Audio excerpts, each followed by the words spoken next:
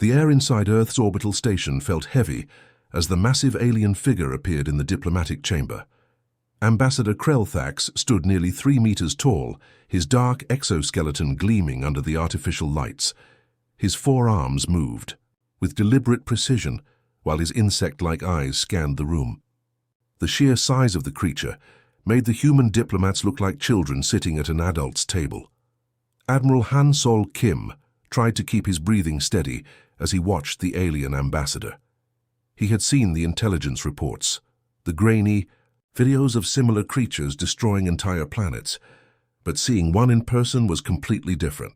The alien's presence filled the room with an almost suffocating sense of power and menace. Beside him, Representative Jiwoo Park gripped her tablet so tightly her knuckles had turned white. She had prepared for this meeting for months, studying every piece of information humanity had gathered about the Veltaran Empire. Nothing could have prepared her for the reality of facing their representative. When Krelthax spoke, his voice came through the translation device with a cold, mechanical tone that somehow made his words even more terrifying. Your species has 72 hours to submit to the Veltaran Empire. We have conquered 23 star systems. Your colonies will surrender unconditionally, or they will burn. The silence that followed felt like it lasted forever. Han Sol could hear his own heartbeat pounding in his ears. He thought about his daughter living on the Mars colony, about the millions of humans scattered across 12 different worlds. All of their lives now hung in the balance of the next few minutes. Jiwoo cleared her throat softly before responding. Her voice shook just enough to sound genuine, though Han Sol knew she was acting. We need time to discuss this with our governments. This is not a decision we can make alone. The alien's mandibles clicked together repeatedly, creating a sound like breaking glass. His head tilted slightly as he studied the two humans with those unblinking compound eyes. You have seen what happened to the Zorithians. Their worlds are ash. Their cities are dust. Their people are nothing but memories floating in space. Han Sol felt a chill run down his spine. The Zorithians had been a proud species, with advanced technology and strong military forces. The Veltaran Empire had crushed them in less than 6 months. The final images transmitted from their homeworld showed nothing but burning continents and poisoned oceans. Choose wisely, Krelthax continued, his voice dropping to what might have been a whisper. The Empire does not make this offer twice. Submit now, and your people will live as our servants.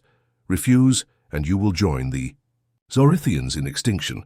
The ambassador's forearms spread wide in what seemed like a gesture of false generosity. We are not unreasonable. Your species will be allowed to continue existing. Your children will grow up under our protection. Your worlds will prosper under our guidance.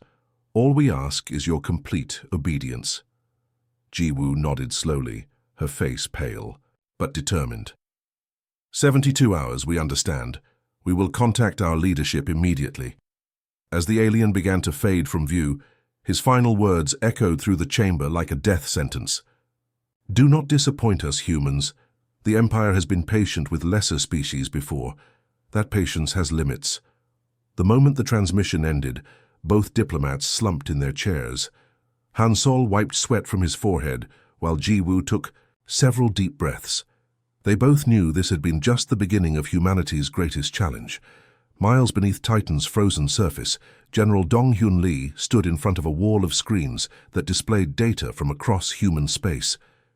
The underground command center buzzed with activity as dozens of technicians monitored communications from humanity's 12 colony worlds.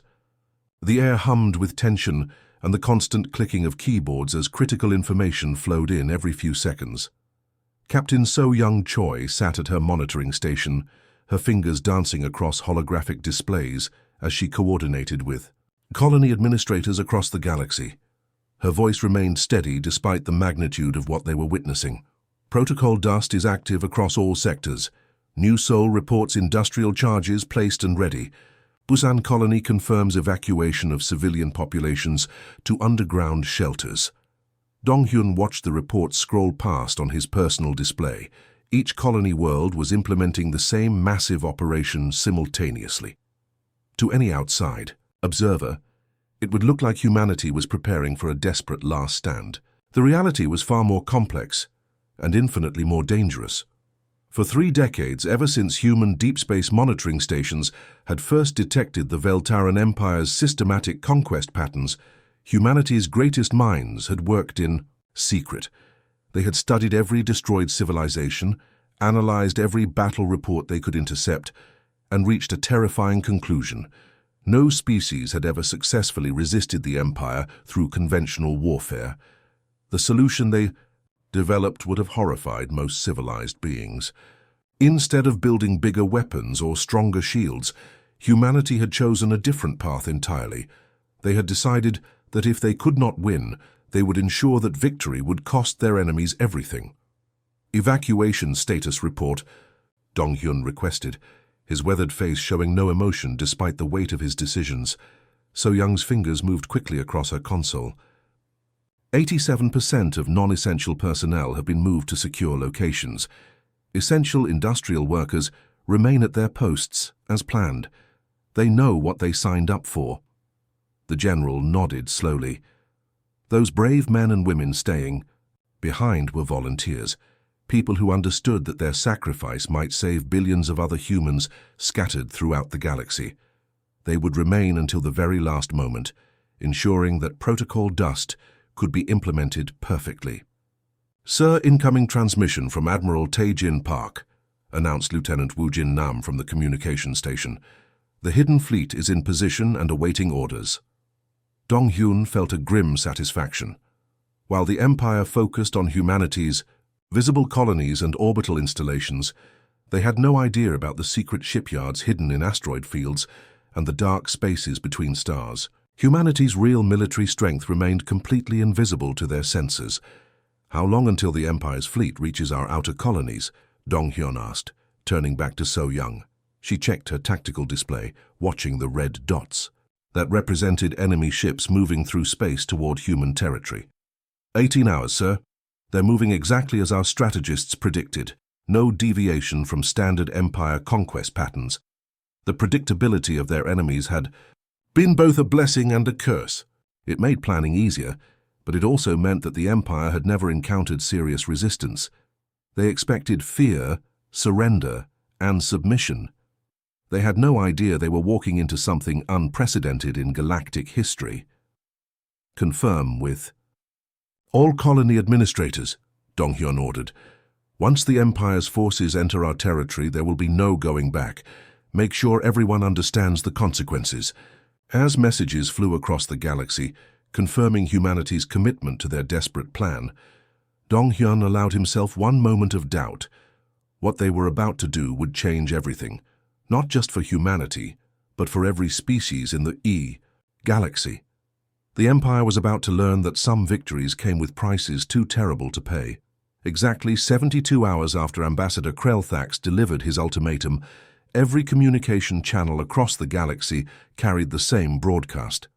President Min Ho-yoon stood behind a podium in what appeared to be Earth's government center. His shoulders slumped in defeat. Dark circles under his eyes and the tremor in his hands painted a picture of a broken leader facing impossible odds. "Citizens of Earth and all human colonies," he began, his voice cracking with what seemed like genuine despair. "After careful consideration with our military advisors and colony governors, we have reached a painful conclusion. We cannot stand against the might of the Veltaran Empire." The president paused, appearing to struggle with his emotions as billions of humans watched from across the galaxy. "We have seen what happened to the Zorithians, the Kellans, and 21 other civilizations. Their resistance brought them nothing but total destruction. We will not allow the same fate to befall humanity." His voice grew stronger as he continued, though defeat still colored every word. "Therefore I announce humanity's unconditional surrender to the Veltaran Empire. All human colonies will comply with occupation forces. All military vessels will stand down immediately. We surrender completely and will follow all demands placed upon us." Throughout human space, the broadcast triggered carefully rehearsed responses. On colony worlds, military installations powered down their weapons systems and opened their communications to Empire frequencies. Defense satellites went dark, and orbital platforms transmitted surrender codes. To any outside observer, humanity appeared to be laying down arms in complete submission. But far from the inner colonies, hidden in the cold darkness of the Kuiper, belt beyond Neptune, a different scene was unfolding. Admiral Tae-Jin Park stood on the bridge of the stealth destroyer Silent Thunder, watching President Yoon's performance on his personal display. Around him, his bridge crew maintained perfect silence as they monitored the massive fleet, concealed among the ice and rock of the outer solar system. These ships represented 30 years of secret construction, built in hidden shipyards scattered throughout asteroid fields and dark nebulae. Each vessel incorporated experimental technology that pushed the boundaries of human engineering. Fusion drives that could accelerate ships to previously impossible speeds, quantum stealth systems that rendered them invisible to Empire sensors, and weapons designed specifically to penetrate Veltaran shielding. Commander Eugene Lee stood beside her admiral, her eyes fixed on the tactical display showing Empire fleet movements. Red dots representing hundreds of alien warships were moving steadily toward human colony worlds, confident in their easy victory. "They're taking the bait," she whispered, careful not to disturb the bridge's focused atmosphere. "All Empire forces are moving to occupy our worlds. Their entire fleet is spreading out to cover our 12 colonies." Through the view screen, they could see the distant lights of the Empire's massive dreadnoughts as they passed through the outer system. Each ship was larger than anything humanity had ever built openly, bristling with weapons that could crack planets. The Empire's confidence was visible in their formation, loose, casual, expecting no resistance. Taijin's jaw tightened as he watched the alien fleet pass by their hidden position. His hands clenched behind his back as decades of preparation came down to this single moment. Then they'll learn what it means to corner a human. The Empire believed they were claiming helpless prey, moving to occupy defeated worlds filled with submissive populations. They had no idea they were walking directly into the most elaborate trap in galactic history, one that would cost them far more than they could ever imagine. The first Veltaran landing craft descended through New Sol's atmosphere like metal rain, their hulls glowing red-hot from atmospheric entry. Ground Commander Vexneller expected to see crowds of terrified humans waiting for processing, as had happened on every other conquered world. Instead, his sensors showed nothing but empty streets and silent buildings. As the massive transport ships touched down in the colony's main plaza, assault ramps lowered with mechanical precision. Hundreds of Veltaran soldiers poured out, their weapons ready for any sign of resistance. But the city remained eerily quiet. No panicked civilians, no desperate last stands, no weeping families clutching their belongings, just empty buildings, and the strange hum of machinery coming from somewhere deep underground. "Sector 7 clear," reported one squad leader through the communication network. "No human presence detected." Similar reports came from across the planet as Empire forces spread out to secure key locations. Government buildings stood empty, their computers wiped clean. Industrial facilities were abandoned, still warm from recent operation, but containing no workers. Even the residential areas were completely vacant, as if the entire population had simply vanished into thin air. 50 kilometers away from the main city, Colonel Wu Jinhan crouched in an underground bunker that had been carved from solid rock years earlier. Around him, a dozen other volunteers monitored screens showing Empire troop movements across New Seoul. Each person in the bunker knew they would not survive the next few minutes, but their faces showed grim determination rather than fear. "All Empire forces are on the surface," reported Sergeant Minji Park, her voice steady despite the magnitude of what they were about to do. "Landing craft have returned to orbit. No alien personnel remain in their ships." Wu Jin nodded and activated his communication link to the other 11 colony worlds. Similar bunkers on each planet were reporting identical situations. The Empire had walked directly into humanity's trap, spreading their forces thin across 12 different worlds while remaining completely unaware of what lay beneath their feet. "Fusion charges are armed and ready," came reports from each world, awaiting final authorization.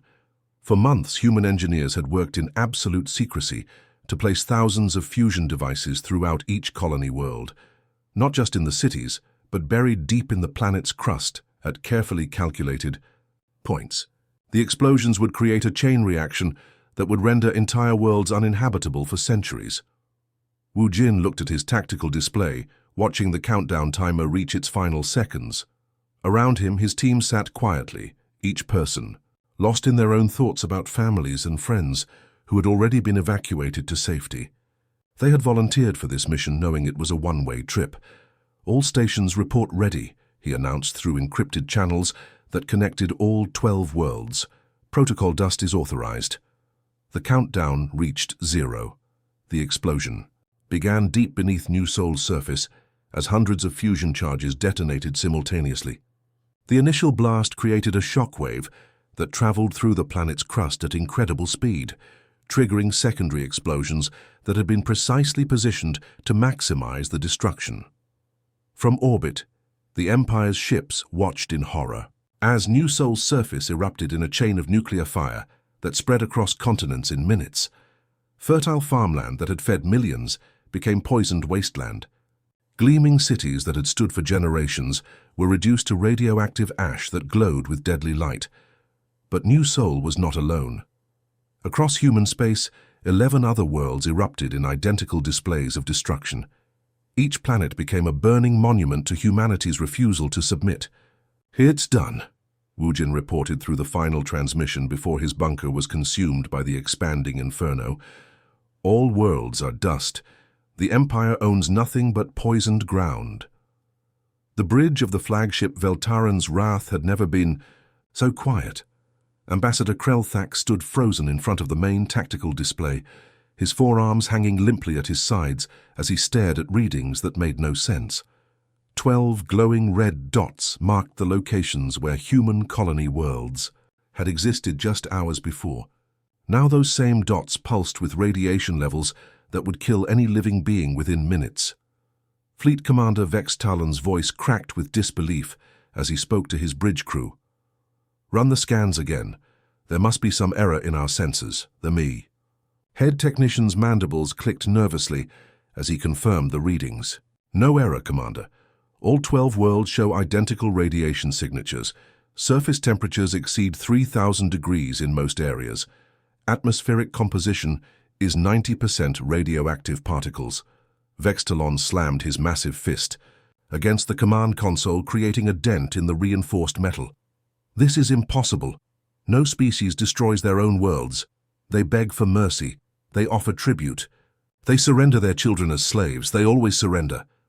But the evidence floating in space before them told a different story. Where New Sol had once been a thriving world of green forests and gleaming cities, now only clouds of radioactive debris drifted in orbit. The planet's surface glowed with the sickly light of continuing nuclear reactions, creating an aurora of death that could be seen from thousands of kilometers away. Krelthax felt something he had not experienced in his 3 centuries of service to the Empire: genuine fear. His exoskeleton, evolved to intimidate lesser species through size and strength, suddenly felt fragile and inadequate. "They chose extinction over submission," he whispered, his voice barely audible above the bridge's background noise. The ambassador's mind struggled to process what he was witnessing. Throughout the Empire's expansion, across 23 star systems, every conquered species had followed the same pattern: initial resistance, then negotiation, then eventual surrender when faced with overwhelming force. Some fought longer than others, but all eventually accepted their fate as servants of the Empire. The humans had broken that pattern completely. They had pretended to surrender, then destroyed everything rather than let it fall into alien hands. It was a level of defiance that challenged everything the Empire understood about conquest and submission. "Sir, incoming reports from ground forces," announced the communications officer, his voice shaking slightly. "All landing parties report complete loss of their objectives. No human prisoners captured, no infrastructure intact, no resources available for extraction." Fleet Commander Vex Talon turned to stare out at the burning remains of New Sol. His career had been built on successful conquests that added wealth and resources to the Empire.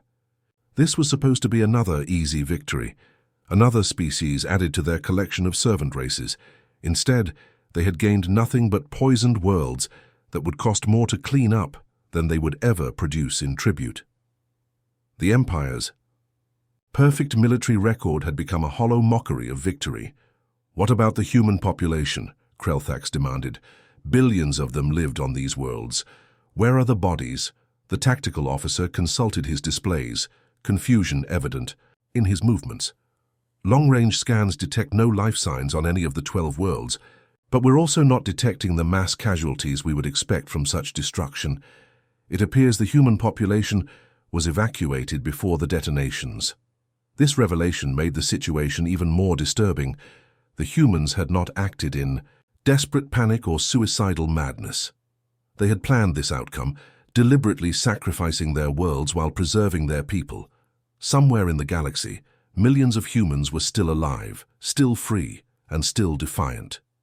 For the first time in Empire history, a conquest had failed not through military defeat, but through the enemy's absolute refusal to be conquered at any cost. Admiral Tae-Jin Park stood on the bridge of his flagship, watching the Empire's fleet spread across human space like a disease. The alien ships moved with casual confidence, their commanders believing they were now policing conquered territory. They had no idea they were being watched by predators who had been waiting decades for this exact moment. "All strike groups report ready," came the voice of Commander Eugene Lee through the encrypted communication network. "Targets have been identified and locked. Awaiting your orders, Admiral." Tae-Jin looked at the tactical display showing the positions of over 50 human warships, each one invisible to Empire sensors thanks to quantum stealth technology. These vessels had been built in secret shipyards, hidden throughout asteroid fields and dark nebulae, powered by experimental fusion drives that could outrun anything the Empire had ever encountered. "Execute Operation Sleeping Dragon," he commanded, his voice carrying across the communication network to strike groups scattered throughout the galaxy. "Show them what happens when you corner a human." The response was immediate and devastating. Across 12 different star systems, human ships decloaked simultaneously and launched coordinated attacks on isolated Empire vessels. The aliens had spread their forces thin to occupy humanity's destroyed worlds, leaving their supply lines and patrol groups vulnerable to ambush. Captain Hyunwoo Kim commanded the stealth destroyer Defiance as it approached a Veltaran supply convoy near the Proxima system. The massive alien freighters moved slowly through space, escorted by only 2 patrol craft. Their crews were probably discussing the strange madness of the humans who had destroyed their own worlds rather than submit to conquest. "Target the lead supply ship," Hyunwoo ordered his weapons officer. "Load quantum disruption torpedoes. Let's see how their shields handle something they've never encountered before." Weapons officer Su Jin Yoon's fingers danced across her control panel as she armed humanity's most advanced weapons. These torpedoes had been designed specifically to counter Veltaran's shield technology, using quantum interference patterns that could slip through their energy barriers like ghosts passing through walls. "Torpedoes armed and ready," she reported. "Firing solution locked." The Defiance remained completely invisible as it closed to optimal range. The Empire's sensors, designed to detect conventional ships and weapons, could not perceive the quantum signatures of human stealth technology. The supply convoy continued on its course, unaware that death was approaching from the darkness. "Fire," Hyunwoo commanded. 4 quantum disruption torpedoes streaked through space, their exotic energy signatures invisible to Empire detection systems. The Veltaran supply ship's shields flickered briefly as the weapons passed through them without resistance, then detonated directly against the hull with devastating effect. "Direct hit," Sujin reported with grim satisfaction. "Their ship is breaking apart, hull breach spreading across multiple sections. They're losing atmosphere fast." The massive supply vessel, which had been carrying equipment and supplies for the occupation forces, began to spin out of control as internal explosions tore through its cargo holds. The escort ships tried to respond, but they couldn't even locate the source of the attack. Similar scenes played out across human space as the Empire's overextended forces found themselves under assault from an enemy they thought had been defeated. Supply convoys exploded without warning.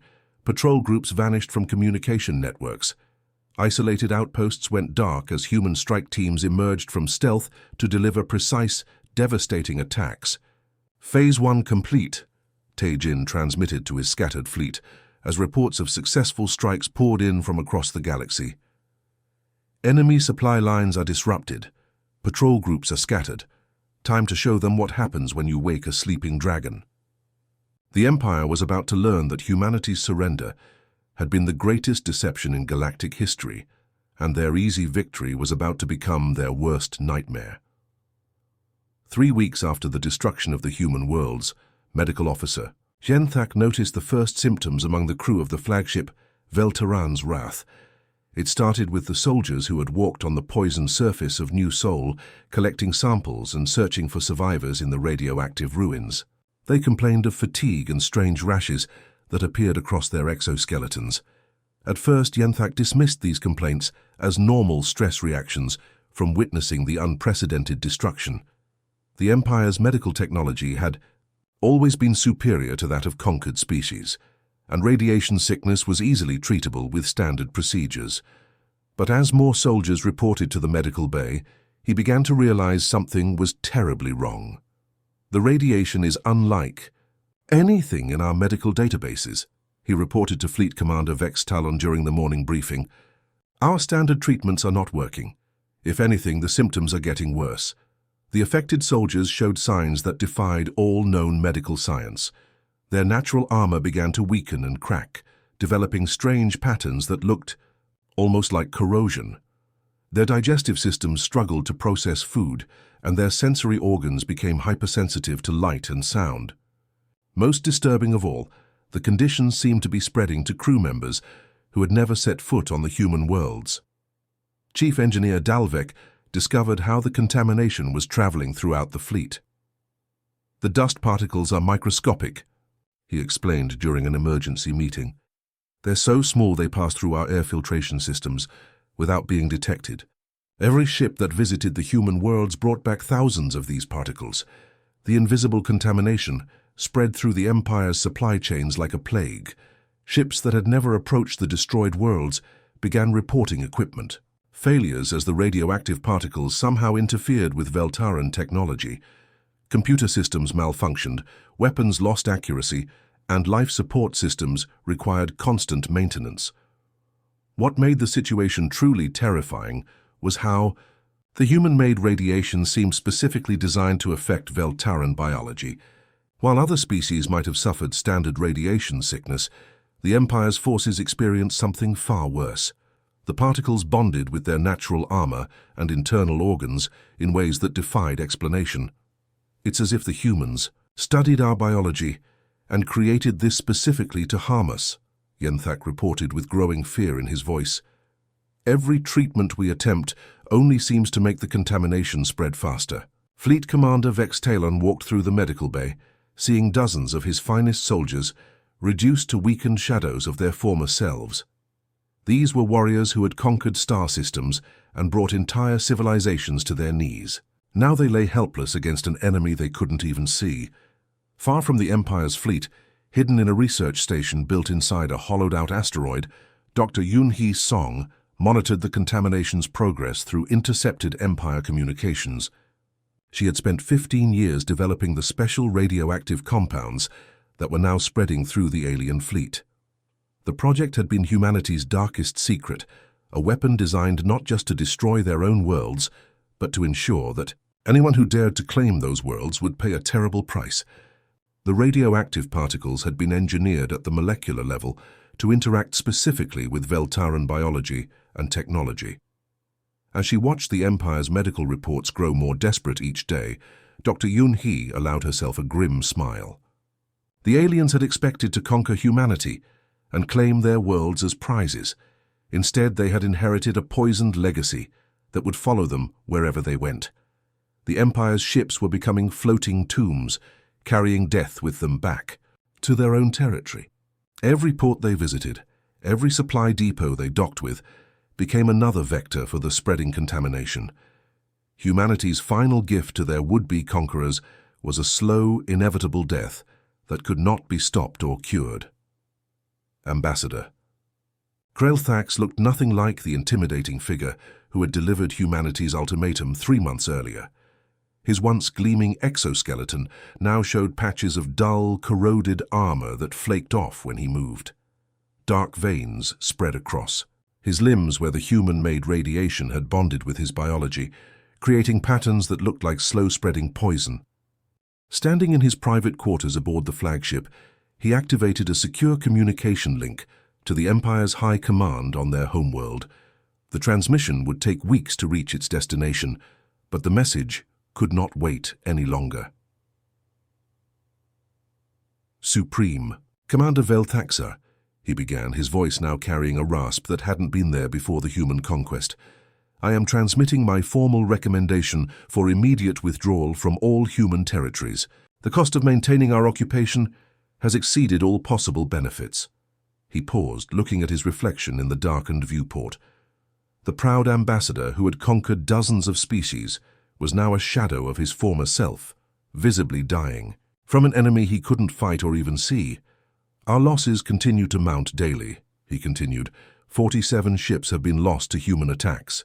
Equipment failure rates have increased by 300%. Medical casualties now exceed combat losses by a factor of 10. The contamination spreads to every vessel that enters human space, and our medical officers report no progress toward finding a cure. The most devastating part of his report was still to come. The occupation forces can no longer maintain effective control. We hold nothing but poisoned worlds that will never produce tribute or resources. Meanwhile, human survivors continue to launch attacks from hidden bases throughout the galaxy. They have turned their defeat into our nightmare. Across the Empire's territory, Fleet Command had already begun receiving similar reports from other sectors. The conquest of humanity, which should have been a source of pride and profit, had become a financial and military disaster that threatened the Empire's stability. News of the Empire's struggles spread quickly through interstellar communication networks. On Zerithian refugee ships, survivors of the Empire's earlier conquests watched in amazement as reports confirmed what seemed impossible. The mighty Veltaran Empire was retreating from human space, abandoning their conquered territory after just 3 months of occupation. The psychological impact rippled across the galaxy like a shockwave. For centuries, the Empire had maintained control through fear and the belief that resistance was futile. Now subject species throughout their territory began to whisper about the humans who had chosen death over slavery and somehow turned that choice into victory. On the industrial world of Kethmoran, enslaved factory workers began organizing secret meetings. On the mining colonies of the Proxima sector, forced laborers started sabotaging equipment. Even on the Empire's core worlds, subject species who had served as domestic servants for generations began to dream of freedom. Deep in his hidden command bunker on Titan, General Donghyun Lee intercepted the Empire's withdrawal orders as they were transmitted to fleet commanders throughout human space. He shared the decoded messages with his staff, watching their faces light up with the first genuine hope they had felt in months. "They're learning," he told his officers, a slight smile creasing his weathered features.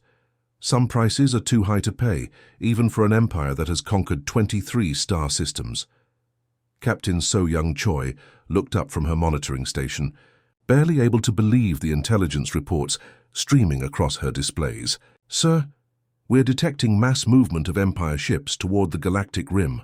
They're not just withdrawing from human space, they're pulling back from their forward positions throughout this entire sector. The Empire's reputation for invincibility, built over 3 centuries of conquest, was crumbling one contaminated ship at a time. Their perfect record of successful occupations had been shattered by a species they had underestimated completely. The galaxy was witnessing something unprecedented, the retreat of an empire that had never known defeat. 6 months after the Empire's retreat, the first signs of hope appeared across humanity's devastated worlds. On what had once been New Sol, massive atmospheric processes worked day and night to clear the radioactive particles from the air. The planet's surface still glowed with residual radiation, but specialized teams in protective suits had begun the long process of reclaiming their home.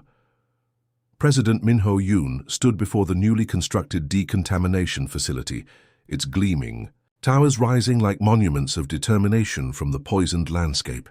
Behind him, thousands of human colonists waited in temporary shelters, eager to return to the world they had sacrificed to preserve their freedom. "Today marks the beginning of our return," he announced to the gathered crowd and the billions watching. "Across human space, we destroyed our worlds to save our souls. Now we rebuild them to secure our future." The reconstruction effort represented the largest undertaking in human history. Scientists and engineers worked around the clock to develop new technologies for neutralizing the radioactive contamination they had deliberately created. Ironically, the same brilliant minds that had designed humanity's ultimate weapon now focused their efforts on undoing its effects. But the most surprising development came not from human space, but from the heart of the weakened Veltaran Empire. A diplomatic courier ship arrived at the neutral trading station of Kepler 442, carrying a message that shocked the galaxy. The Empire was requesting peace negotiations, not as conquerors demanding tribute, but as equals seeking to end a conflict that had cost them dearly.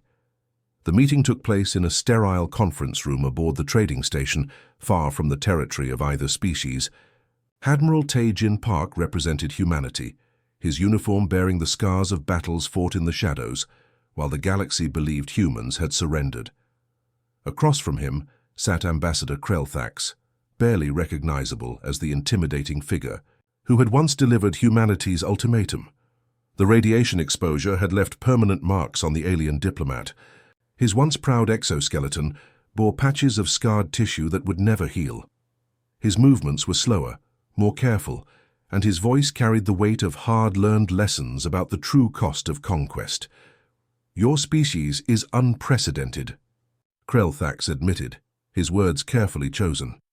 "In 3 centuries of expansion, we have never encountered such resolve. We underestimated not just your military capabilities, but your willingness to sacrifice everything rather than submit." Tae-Jin leaned back in his chair, studying the broken ambassador with a mixture of satisfaction and pity. "You thought we would choose slavery over death. You believed that fear would make us reasonable, that we would accept servitude to preserve our lives. You were wrong." The peace negotiations that followed lasted for weeks, with both sides working to establish terms that would prevent future conflict. The treaty that emerged from those talks was unlike any document in galactic history. Instead of the usual terms of surrender or tribute, it established humanity as a sovereign power that the Empire would never again threaten or approach without explicit permission.